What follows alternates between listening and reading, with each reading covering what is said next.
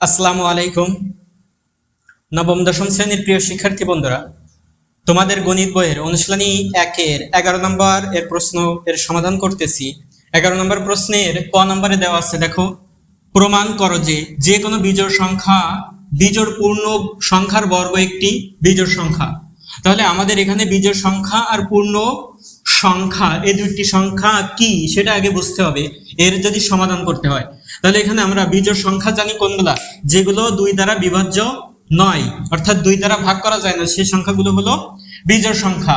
এবং পূর্ণ সংখ্যা, এখন পূর্ণ সংখ্যা কোনগুলো আমরা জানি, 1, 2, 3, 4 ডট ডট ডট, অর্থাৎ এভাবেতে অসীম পর্যন্ত চলতে থাকলে যে সংখ্যাগুলো পাবো সেই সংখ্যাগুলোই হবে কি পূর্ণ সংখ্যা। এখন এই পূর্ণ সংখ্যার কি বলছে, পূর্ণ সংখ্যার বর্গ করতে বলছে।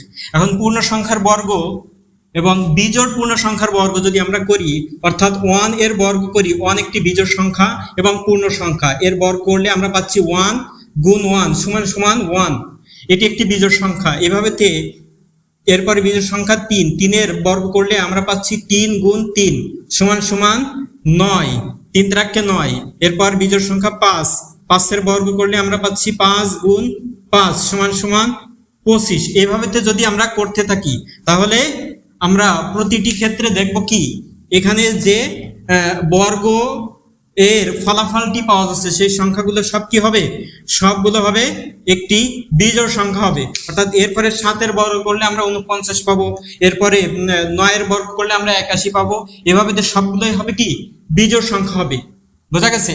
এবং এটা প্রমাণ করে দেখাতে বলছে। এখন প্রমাণ করে দেখাতে গেলে আমাদের অবশ্যই কি করতে হবে, একটি বীজগণিতীয় রাশিতে প্রমাণ করতে হবে। কেন বীজগণিতীয় রাশিতে প্রমাণ করতে হবে? কারণ এখানে আমরা যে সংখ্যাগুলো বেজোড় সংখ্যা এর বর্গ বসাচ্ছি, দেখো এখানে যে বেজোড় সংখ্যার বর্গগুলো বসাচ্ছি, এই সংখ্যাগুলো আমরা প্রতিটি ক্ষেত্রে কি বসিয়ে বসিয়ে দেখব।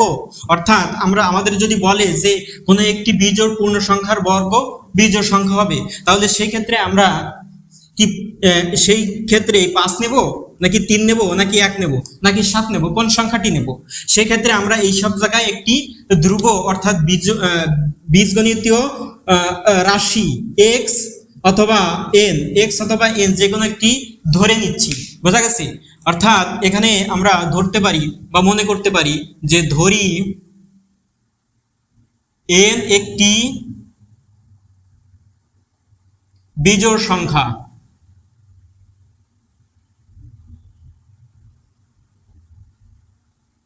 এখন এই বিজোড় সংখ্যার বর্গ একটি বিজোড় সংখ্যা যদি আমাদের প্রমাণ করতে হয় তাহলে আমাদের একটি জোড় সংখ্যাটাও নিতে হবে। এখানে জোড় সংখ্যা একটি বিজোড় সংখ্যা যদি n হয় তাহলে একটি জোড় সংখ্যা হবে 2n। 2n একটি কি হবে, 2n একটি বিজোড় সংখ্যা হবে, জোড় সংখ্যা হবে। 2n হবে কি একটি জোড় সংখ্যা, কারণ n এর জায়গায় তুমি যে সংখ্যাটাই বসাও না কেন এটি একটি কি হবে, জোড় সংখ্যা হবে। 1 বসালেও এটা কি হচ্ছে 2 × 1 = 2, 3 বসালে 3 × 2 = 6, অর্থাৎ এবং 2n একটি জোড় সংখ্যা।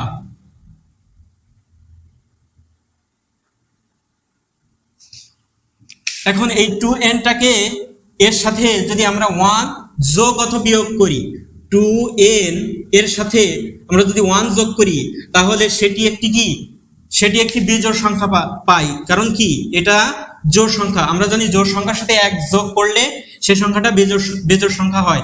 আবার যদি বিয়োগও করি তাহলে সেই সংখ্যাটা কি হয়, একটি বিজোড় সংখ্যা হয়। তাহলে আমরা এখানে বলছে যে বিজোড় পূর্ণ সংখ্যার বর্গ একটি বিজোড় সংখ্যা। তাহলে এখানে আমরা নিয়েছিলাম n, অতএব আমরা লিখতে পারি n এর স্কয়ার, অর্থাৎ এখানে বলছে বর্গ করতে। তাহলে n এর স্কয়ার সমান আমরা এখানে যে জোড় সংখ্যাটা নিচ্ছি তার সাথে আরেকটা 1 যোগ অথবা বিয়োগ করব। যোগ অথবা বিয়োগ করলে আমরা কি পাবো, এখানে আমরা বিয়োগ করতেছি, তুমি যদি ইচ্ছা করো যোগ করবা তাহলে এখানে যোগ বসাতে পারো। তাহলে এই পাশে বর্গ করেছি, এই পাশে কি করব, বর্গ করব, অর্থাৎ উভয় পক্ষকে আমরা বর্গ করতেছি। তাহলে দেখো উভয় পক্ষকে বর্গ করলে আমরা পাচ্ছি, এখানে এটাকে কল্পনা করতে হবে a আর এইটুকুকে কল্পনা করতে হবে b। তাহলে এইটাকে যদি a আর এটাকে b কল্পনা করি তাহলে আমরা পাচ্ছি a - b whole square. a - b whole স্কয়ারের সূত্র আমরা জানি যে এটা হলো a, তাহলে a স্কয়ার মাইনাস 2, এটা হলো a, তাহলে এটা বসবে 2a, এটা হলো b, তাহলে b বসবে। তাহলে a square minus 2ab plus b square, এটা হলো a মাইনাস b হোল স্কয়ারের সূত্র। b এখানে 1, সে 1 এর স্কয়ার, অর্থাৎ এখানে a square minus 2ab plus b square সূত্র অনুযায়ী আমরা বসালাম। এখন এখানে যদি আমরা বর্গ করি, এখানে 2 এর উপরে স্কয়ার, 2 এর পরে স্কয়ার করলে আমরা পাচ্ছি 4, এরপরে n আছে, n এর পরেও কি স্কয়ার করছে, তাহলে n এর স্কয়ার হবে। এখানে মাইনাস, তাহলে 2 গুণ 2 গুণ 1 গুণ n, তাহলে 2 গুণ 2 করলে 4, 4 এর সাথে 1 গুণ করলে 2 দুগুণে 4 আর 4 একে 4, তাহলে 4 এর সাথে n গুণ আকারে বসবে, প্লাস এখানে 1 আছে, 1 এর স্কয়ার করলে 1 হয়। এখন এখানে দেখো এই দুইটার ভিতরে আমরা কমন দেখতেছি 4n, এখানে 4n আছে, তাহলে 4n যদি আমরা এখানে কমন নিই, তাহলে 4n এখানে আমরা কি করলাম, কমন নিলাম। তাহলে 4n যদি কমন নিই, তাহলে এখানে 4n এর সাথে এটাকে যদি আমরা কমন নেওয়ার আরেক নাম হলো ভাগ করা। এখানে যদি ভাগ করি, তাহলে ভাগ করলে আমরা পাচ্ছি, এখানে দুইটা আছে, এখানে একটা আছে, তাহলে একটা চলে যাচ্ছে, তাহলে এখানে থাকতেছে একটা 4n মাইনাস 4n, আর এখানে আছে কত, এখানে আছে 4n দিয়ে 4n কে যদি ভাগ করা হয়, ও এখানে তো একটা আছে, এখানে 4 কেটে যাচ্ছে, এখানে n আছে কয়টি, 2টি, তাহলে 2টি থেকে এখানে একটি আছে n, তাহলে একটা কেটে যাচ্ছে, কেটে গেলে এখানে একটা n থাকতেছে, কয়টা n থাকতেছে, এখানে একটা n থাকতেছে। দেখো এখানে 4n স্কয়ার, এর মানে 4 ইন্টু, অথবা গুণ দাও, n স্কয়ার মানে n গুণ n, এটাকে যদি 4 ইন্টু n, নিচে আছে 4n মানে 4 ইন্টু n, এটাতে যদি কাটাকাটি করা হয় অর্থাৎ ভাগ করা হয়, তাহলে এখানে 4 কেটে যায়, n আর n কেটে যায়, তাহলে একটা n থাকে, অর্থাৎ এখানে একটা nই বসবে, কি বসবে, একটা n বসবে, বোঝা গেছে, একটা nই বসবে এখানে, তাহলে একটা n বসালাম। এরপর এই 4n দ্বারা এই 4n কে কাটলে আমরা পাচ্ছি 1, এরপরে এই প্লাসের জায়গায় প্লাস, আর এখানে তো শেষ, এখানে আর আছে কত, 1 আছে, তাহলে এই সংখ্যাটি আমরা পাচ্ছি। এখন এখানে যে সংখ্যাটা আমরা পাইছি, এই সংখ্যাটা যদি আমরা এখানে n এর জায়গায় যে কোনো একটা মান বসাই, অর্থাৎ n এর জায়গায় তুমি 1 2 3 4 5 6 এভাবেতে যে সংখ্যায় বসাও না কেন, দেখবা এই সংখ্যাটা একটা বিজোড় সংখ্যা, এই সংখ্যাটা একটা জোড় সংখ্যা হবে, এই সংখ্যাটা একটা কি হবে, জোড় সংখ্যা হবে। তুমি এখানে n এর জায়গায় 4 ইন্টু n এর জায়গায় তুমি প্রথমে 1 বসিয়ে দেখো, তাহলে 4 1 4, আর এখানে হচ্ছে 1 মাইনাস 1 সমান সমান 0, 1 মাইনাস 1 করলে 0 হয়, তাহলে এখানে আমরা পাচ্ছি 4 1 4 ইন্টু 1 সমান সমান 4 হচ্ছে, তাহলে এই সংখ্যাটা 2 দ্বারা বিভাজ্য হচ্ছে।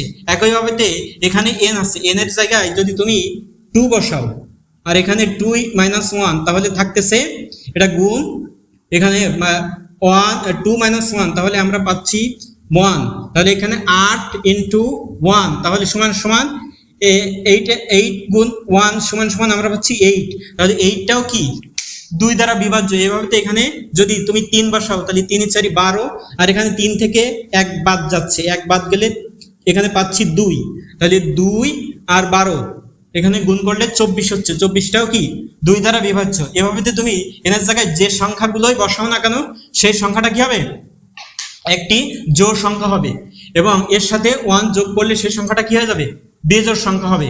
তাহলে আমরা এখানে বলতে পারি যে অতএব 4n ইন্টু n মাইনাস 1, এই সংখ্যাটা কি, এই সংখ্যাটি একটি জোড় সংখ্যা হয়েছে। এই সংখ্যাটা আমরা একটু আগে এখানে চেষ্টা করে দেখছি, n এর জায়গায় 1 2 3 4 5 6 এগুলো বসে দেখছিলাম কি এই সংখ্যাটা একটি জোড় সংখ্যা হয়েছিল, অর্থাৎ এখানে যে n এর জায়গায় তুমি যেটাই বসাও না কেন, যে সংখ্যাটাই বসাও না কেন, সেই সংখ্যাটা বসালে এটা করলে আমরা কি পাবো, একটি জোড় সংখ্যা পাবো। তাহলে এটি একটি জোড় সংখ্যা, অতএব এই সংখ্যাটা কি হবে, এইটা যদি একটি জোড় সংখ্যা হয়, তাহলে এর সাথে যদি 1 যোগ করা হয়, আমরা কোনো একটি জোড় সংখ্যা ধরো 2, এর সাথে যদি 1 যোগ করি, তাহলে আমরা কি পাই, একটি বেজোড় সংখ্যা পাই। প্রতিটি ক্ষেত্রে যে সংখ্যায় বসানো না কোনো প্রতিটি ক্ষেত্রে এখানে কি হবে একটি বিজোড় সংখ্যা পাওয়া যাবে। তাহলে এই সংখ্যাটার সাথে যদি 1 যোগ করা হয় তাহলে সেই সংখ্যাটা একটি কি হয় বিজোড় সংখ্যা হয়। তাহলে আমরা লিখতে পারি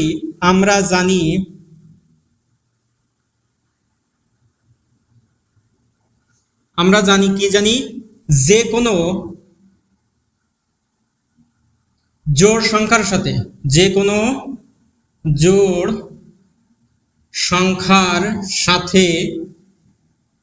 যদি 1 যোগ করা হয়, যে কোনো জোড় সংখ্যার সাথে 1 যোগ করলে যদি 1 যোগ করা হয় তাহলে সংখ্যাটি কি হয় 1 যোগ করলে সংখ্যাটি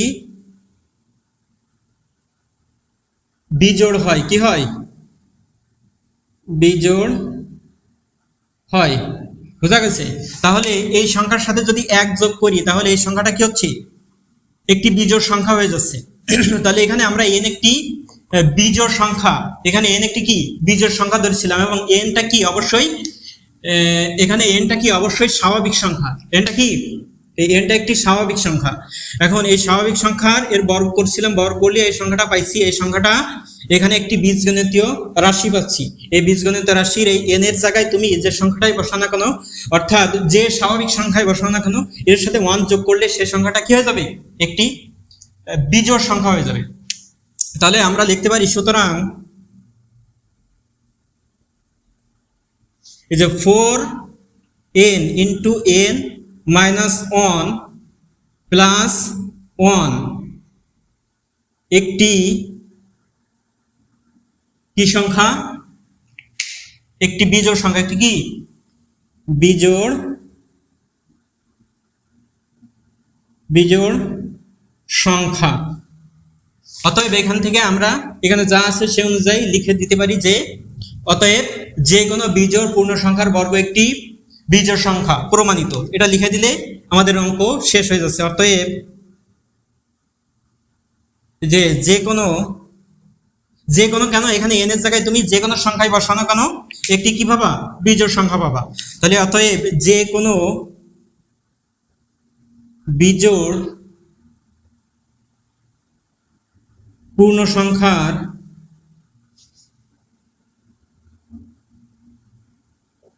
বর্গ একটি বিজোড় সংখ্যা।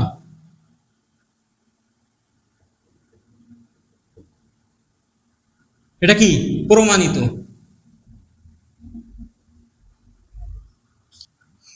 পরের অঙ্কটি দেখো, পরের খ নম্বরে দেওয়া আছে, এখানে লেখা আছে দেখো প্রমাণ করো যে দুইটি ক্রমিক জোড় সংখ্যার গুণফল 8 দ্বারা বিভাজ্য।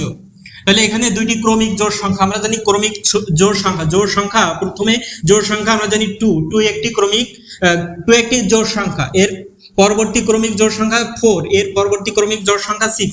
এভাবেতে তুমি যে সংখ্যাগুলোই নাও না কেন প্রত্যেকটা কি হচ্ছে একটি ক্রমিক প্রত্যেকটি একটি জোড় সংখ্যা হচ্ছে এবং এরা পরস্পর কি ক্রমিক আকারে বসতেছে। তাহলে এখানে আমরা 4 এর পরে 6 বসাইছি, 6 এর পরে ক্রমিক জোড় সংখ্যা আছে 8।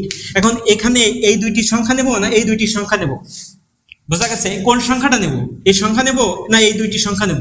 এখন যে কোনো দুইটি ক্রমিক জোড় সংখ্যা, এখন যে কোনো দুইটি ক্রমিক জোড় সংখ্যা যদি আমাদের প্রমাণ করতে হয় যে যাদের গুণফল 8 দ্বারা বিভাজ্য হবে, তাহলে এখানে এই দুইটার ক্রমিক এই দুইটা গুণ করলে আমরা পাচ্ছি কি 8, আবার এই দুইটা গুণ করলে আমরা পাচ্ছি 6 × 8 = 48 কি 8 দ্বারা বিভাজ্য। কিন্তু এই ক্ষেত্রে আমরা এখানে দুইটি স্বাভাবিক সংখ্যা না নিয়ে আমরা কি নেব, এখানে এই প্রতীক আকারে নেব, যে অর্থাৎ বীজগণিতীয় রাশিগুলো নেব। বীজগণিত রাশি কেন নেব, এখানে আমরা যদি আমরা এই সংখ্যার জায়গায় 10 আর 12 এই সংখ্যাগুলো বসাই, তাহলে এই সংখ্যার ক্ষেত্রে আমরা যে কোনো ক্রমিক সংখ্যা যদি বসাতে চাই তখন কিভাবে বসাবো। এখন আমি যে সংখ্যাটা করছি সেই সংখ্যাটা কি অন্য বুঝে নেবে যে এই সংখ্যাটার ক্রমিক জোড় সংখ্যা হবে এই সংখ্যা 8 দ্বারা বিভাজ্য হবে। এখন এই কারণে কি করতে হবে, যে কোনো একটি বীজগণিতীয় ধ্রুব পদ বা ধ্রুব রাশি নিতে হবে, যেটা আমরা এখানে n অথবা x এই যে কোনো একটি অথবা তুমি যে কোনো একটা পদ নিতে পারো, যে কোনো একটি বীজগণিত রাশি আমরা এখানে ধরে নেব। তাহলে আমরা লিখছি যে ধরি এখানে দুইটি ক্রমিক জোড় সংখ্যা, তাহলে দুইটি লিখি, দুইটি ক্রমিক জোড় সংখ্যা, দুইটি ক্রমিক জোড় সংখ্যা 2n এবং 2n প্লাস 2, এই দুইটি কি হয়েছে? দুইটি ক্রমিক জোড় সংখ্যা হয়েছে। অর্থাৎ এই n এর জায়গায় তুমি যে স্বাভাবিক সংখ্যায় বসাও না কেন, এটি একটি কি হবে? জোড় সংখ্যা হবে, এবং এর পরে 2 যোগ করলে সেই সংখ্যাটা কি? এর পরবর্তী ক্রমিক জোড় সংখ্যা হবে। তাহলে এখানে এই দুইটি ক্রমিক জোড় সংখ্যা হয়েছে, এবং এখানে লিখতে পারো এখানে n অবশ্যই স্বাভাবিক সংখ্যা, অবশ্যই কি হবে? স্বাভাবিক সংখ্যা হবে। স্বাভাবিক সংখ্যা না হয়ে অন্য কিছু হলে হবে না। স্বাভাবিক সংখ্যা, স্বাভাবিক সংখ্যা আমরা কোনগুলো জানি? 1 2 3 4 এই ভাবেতে অসীম পর্যন্ত সকল সংখ্যাগুলো কি? স্বাভাবিক সংখ্যা। তাহলে এখানে বলছে দুইটি ক্রমিক জোড় সংখ্যা, এখন দুইটি ক্রমিক জোড় সংখ্যা আমরা ধরে নিয়েছি। এর সাথে কি বলছে? গুণফল, অর্থাৎ এই দুইটি সংখ্যার গুণ করব। তাহলে সংখ্যা দুটির গুণ ফল, সংখ্যা দুটির গুণফল, সংখ্যা দুটির গুণ করি আমরা। এখানে 2n একটি সংখ্যা নিয়েছিলাম, আর একটি সংখ্যা 2n প্লাস 1।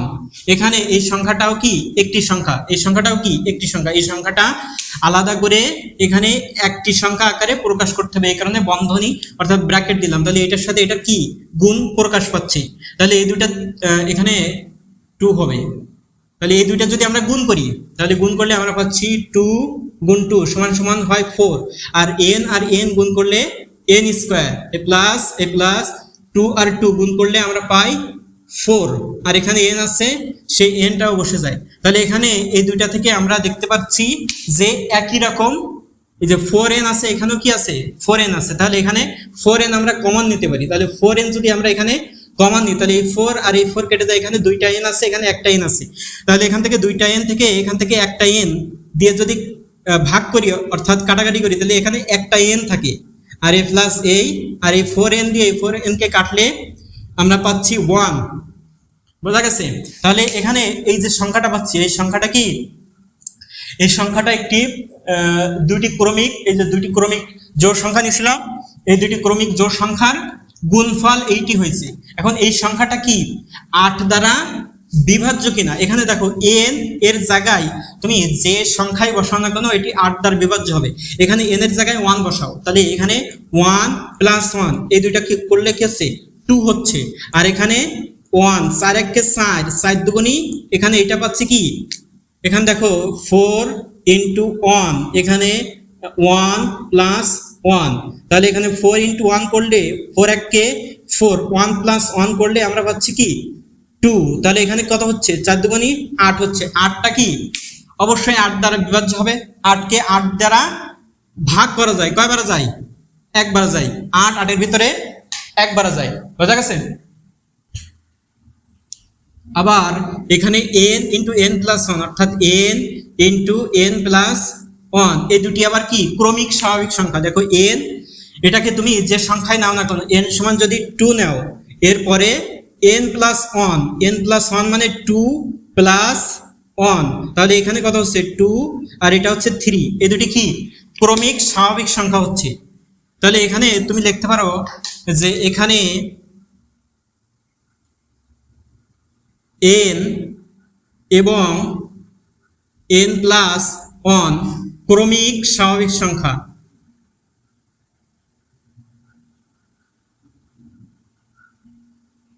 ক্রমিক স্বাভাবিক সংখ্যা।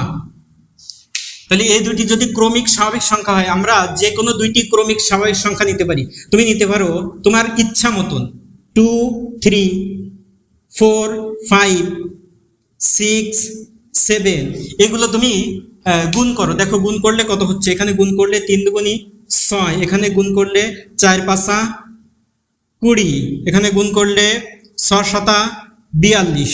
তাহলে এখানে যে সংখ্যাগুলো পাচ্ছি এগুলো কিন্তু কি 8 দ্বারা বিভাজ্য নয়। এর সাথে যদি 4 তুমি গুণ করো, এর সাথে কি 4 গুণ করো, দেখো 4 যদি এর সাথে গুণ করো, এখানে প্রত্যেকটা 4 ছক 24, 24 কি 8 দ্বারা বিভাজ্য, 3 8 24, অর্থাৎ 24 কে 3 দ্বারা 24 কে 8 দ্বারা ভাগ করলে 3 পাওয়া যায়, অর্থাৎ 8 দ্বারা বিভাজ্য। এখানে 20 কে যদি আমরা 4 দ্বারা গুণ করি তাহলে এখানে আমরা পাচ্ছি 4 × 80, 80টা কি 8 দ্বারা বিভাজ্য।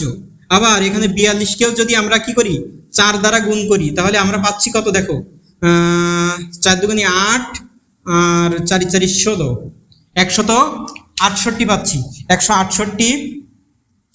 168ও কি 8 দ্বারা বিভাজ্য। তাহলে এখানে তুমি যে সংখ্যাগুলোই বসানো কেন সেই সংখ্যাগুলো কি হবে 8 দ্বারা বিভাজ্য হবে। এখানে এইটা আর এইটা কি ক্রমিক স্বাভাবিক সংখ্যা, বোঝা গেছে? এবং এই যে এই সংখ্যা আর এই সংখ্যার গুণফল, এদের গুণফল কি আমরা একটু আগে গুণ করছি, গুণ করলে এই দুইটি সংখ্যার গুণ, আমি যে সংখ্যাই নিচ্ছি না কেন কি হয়েছে সেই সংখ্যাগুলো 2 দ্বারা ভাগ হয়েছে, অর্থাৎ সেই সংখ্যাগুলো জোড় হয়েছে। দেখো এখানে যে সংখ্যা নিয়েছিলাম 6 7, তারপরে 3 4, 2 3, এগুলো গুণ করলে আমরা কি পাইছিলাম, এখানে গুণ করলে আমরা কি পাইছিলাম, দেখো গুণ করলে 6 7 42, 42 একটি জোড় সংখ্যা, 3 4 12, 12 একটি জোড় সংখ্যা, 3 2 6, এগুলো সব কি জোড় সংখ্যা। এই সব সংখ্যাগুলো কি 2 দ্বারা বিভাজ্য। তাহলে এখানে তুমি লিখতে পারো যে এবং এদের গুণফল, এদের গুণফল 2 দ্বারা বিভাজ্য। এদের গুণফল 2 দ্বারা বিভাজ্য। তাহলে এদের গুণফল যদি 2 দ্বারা বিভাজ্য হয় তাহলে তার সাথে যদি আমরা 4 কে গুণ করি তাহলে অবশ্যই সেই সংখ্যাটা কি হবে 8 দ্বারা বিভাজ্য হবে। তাহলে সুতরাং আমরা লিখতে পারি এখানে যে সংখ্যাটা আছে 4n × n + 1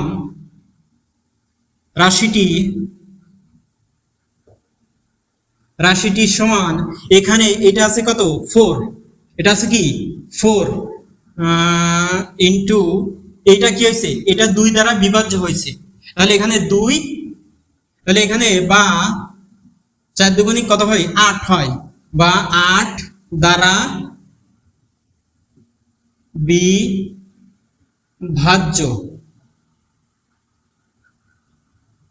তাহলে তুমি অতএব লিখতে পারো এখানে যে দুইটি ক্রমিক জোড় সংখ্যার গুণফল 8 দ্বারা বিভাজ্য। অতএব যে কোনো দুইটি ক্রমিক জোড় সংখ্যা তুমি নিতে পারো, লিখতে পারো যে কোনো দুইটি ক্রমিক জোড় সংখ্যার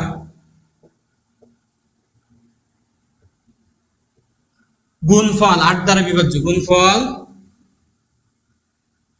8 দ্বারা